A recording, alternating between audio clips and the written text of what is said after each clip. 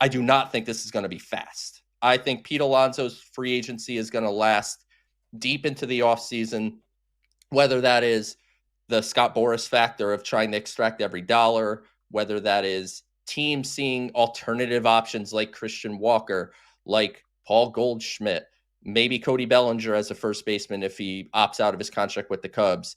Looking ahead to next offseason, teams do this. Vladimir Guerrero Jr. is a free agent next offseason. Yeah. So I think Pete's going to have a very interesting market, and I think it's going to take quite a bit of time.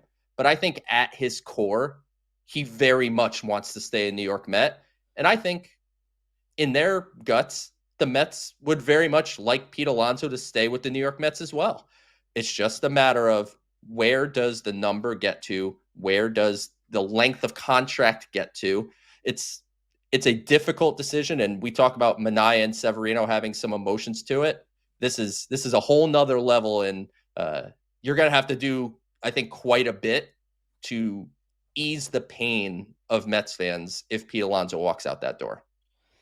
Yeah, it is, man. It's tricky because the postseason made it even trickier. It felt like without the playoffs, we were inching towards.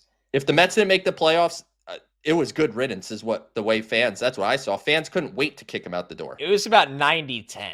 Yeah. 90-10. And you know what, though? To be fair, because I think, to be fair, in New York, a lot of times you are judged fully on what you do in the postseason. And Pete, and I give Pete a lot of credit because I had my doubts about Pete going into the postseason with how lost he looked most of this year.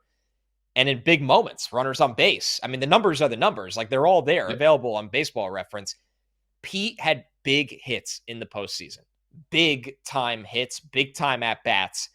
And I think it not only changed the view of Pete with the Mets fan during this free agency, but it also gave Pete a confidence that I feel better about him going into next year than I did without the postseason. And that's fair because those games had to be played for that to happen.